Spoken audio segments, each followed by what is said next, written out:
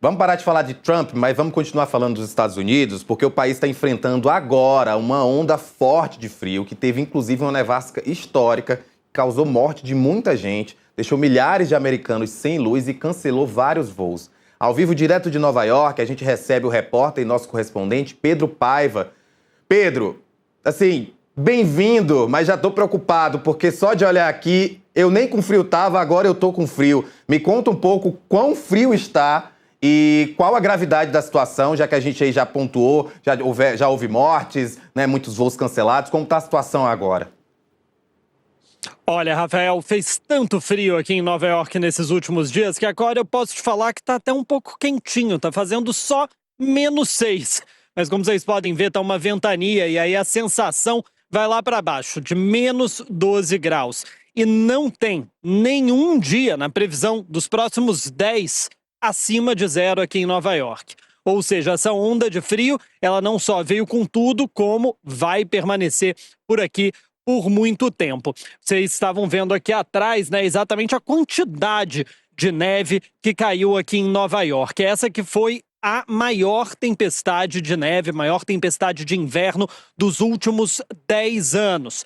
Aqui na região onde eu tô, que é a região do Brooklyn, nevou em torno de 12 polegadas, ou seja, algo perto de 30 centímetros. Mas em Washington Heights, no norte da ilha de Manhattan, chegou a nevar quase 40 centímetros. E aqui o que a gente tem agora, esse pós-tempestade, é a dificuldade da cidade de voltar ao normal, né? Ou seja, basicamente limpar as calçadas, o que é absolutamente necessário para a segurança dos pedestres, porque essa neve toda vira gelo, vira um grande um risco, né, de escorregar, de se machucar. A mesma coisa em relação às ruas, né, onde a neve continua fofa, pode atolar os carros, onde vira gelo também fica escorregadio, perigoso para os motoristas. Então, nesse momento, a cidade segue aqui no trabalho para voltar ao normal. São mais de 2.300 caminhões de lixo que foram convertidos em caminhões com pás de neve para fazer essa limpeza. Eles também jogam sal no asfalto, que é para ajudar a derreter mais de 350 mil toneladas de sal usada só aqui em Nova York. Mas como você bem colocou, essa paisagem aqui é bonita, né? Esse monte de neve. A gente, então, que é brasileiro, não está acostumado com isso, a gente adora, né? Mas isso aqui gera muita dor de cabeça também e muito perigo. Como você colocou, muita gente ainda segue sem energia elétrica aqui nos Estados Unidos, principalmente no sul do país. Por quê? Essa tempestade trouxe muita neve aqui para a parte norte do país, mas na parte sul choveu gelo, e gelo é mais denso, mais pesado, ele cai na árvore e aquele peso todo faz com que essas árvores caiam. O frio intenso também, repentino, faz com que o que existe de umidade dentro da árvore congele e elas às vezes estouram, explodem, né? O tronco se parte. E com essas quedas de árvore a gente teve aí vários fios de energia elétrica que caíram também. Durante o domingo foi mais de 1 milhão de consumidores no país que estavam sem energia, mas hoje, terça-feira de manhã, a gente ainda tem mais de 500 mil de americanos sem energia elétrica no momento em que as temperaturas estão congelantes, então sem energia. Muitos sistemas de aquecimento das casas, por exemplo, param de funcionar. Inclusive, por isso, o número de mortes dessa tempestade, né, de acordo com algumas contagens, como por exemplo do jornal USA Today, já chegou a 34. O estado onde mais pessoas morreram foi aqui em Nova York, com 9 mortes.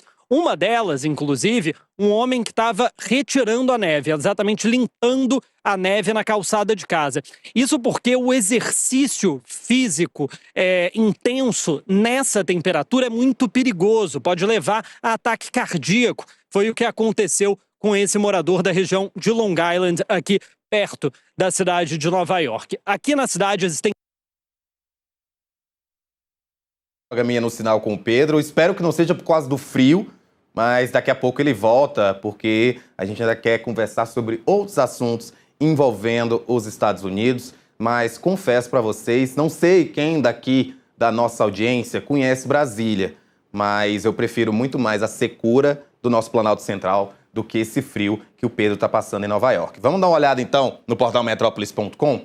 Não, primeiro, lembrou aqui, já porque a gente está falando de Donald Trump há pouco tempo, a gente está falando de notícias internacionais. O Pedro já está então com a gente? Pedro, Pensei que tinha sido o frio que tinha levado você. Mas pode continuar, por favor. Breve queda aqui de sinal, mas é isso. Aqui tem 10 centros de aquecimento, principalmente para moradores em situação de rua, que não tem onde se abrigar. A prefeitura acionou o Código Azul, como é chamado, ou seja, existem vários funcionários da prefeitura percorrendo a cidade, tentando colocar essas pessoas dentro desses abrigos.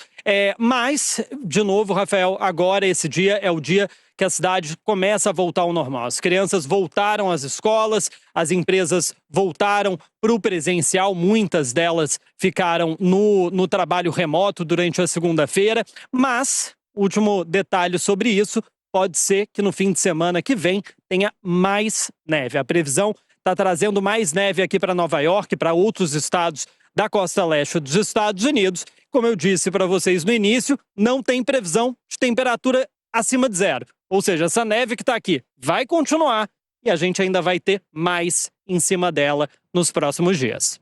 Nesse tempinho que você caiu, que a conexão caiu, eu estava falando pro pessoal que nos assiste,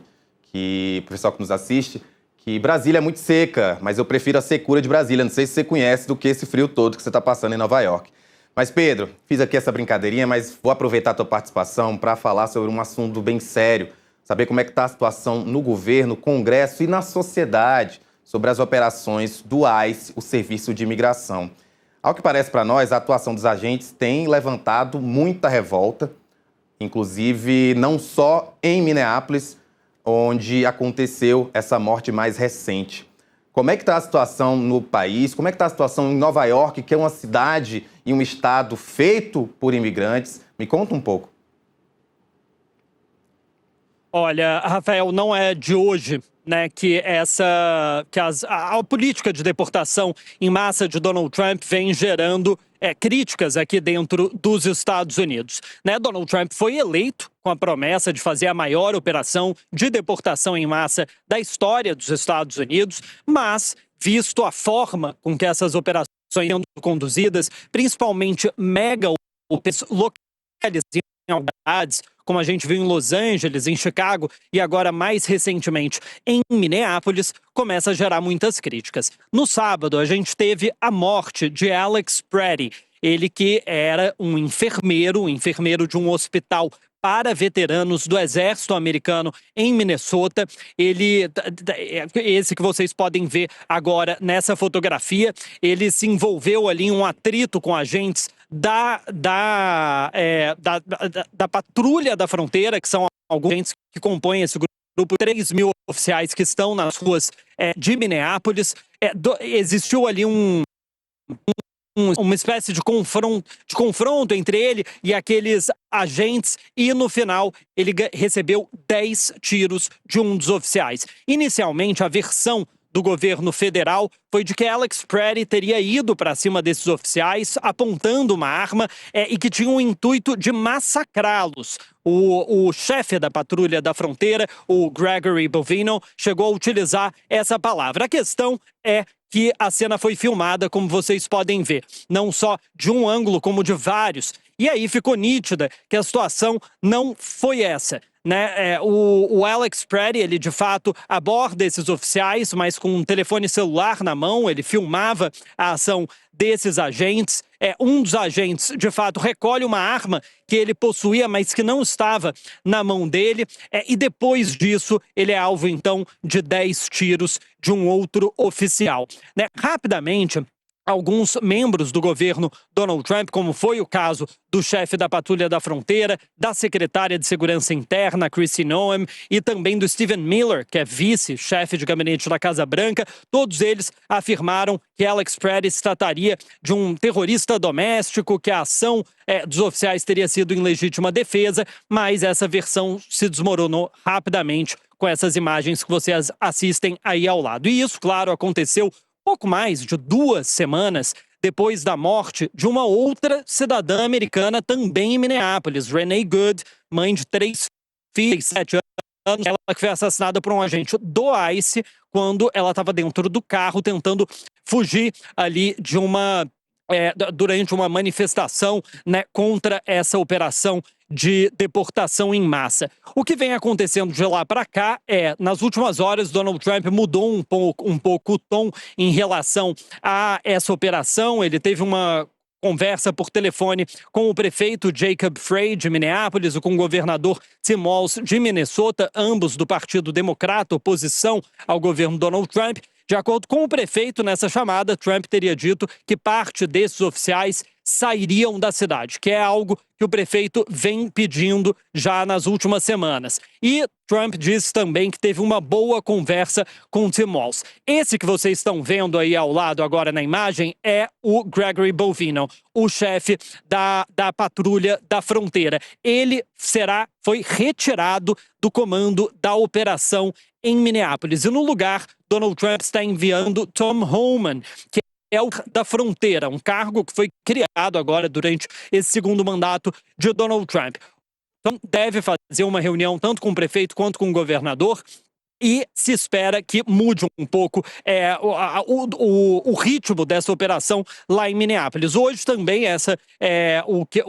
um juiz federal em Minnesota, o principal juiz federal no estado de Minnesota, afirmou que o chefe do ICE, Lyons, terá que comparecer perante a corte para explicar por que o ICE não estaria cumprindo determinações judiciais no estado de Minnesota. Então, ainda tem muita coisa para se desenvolver em relação a essa história, mas, ao que tudo indica, essa segunda morte vem mudando um pouco a postura do governo Donald Trump em relação, pelo menos, à operação de deportação em massa em Minneapolis.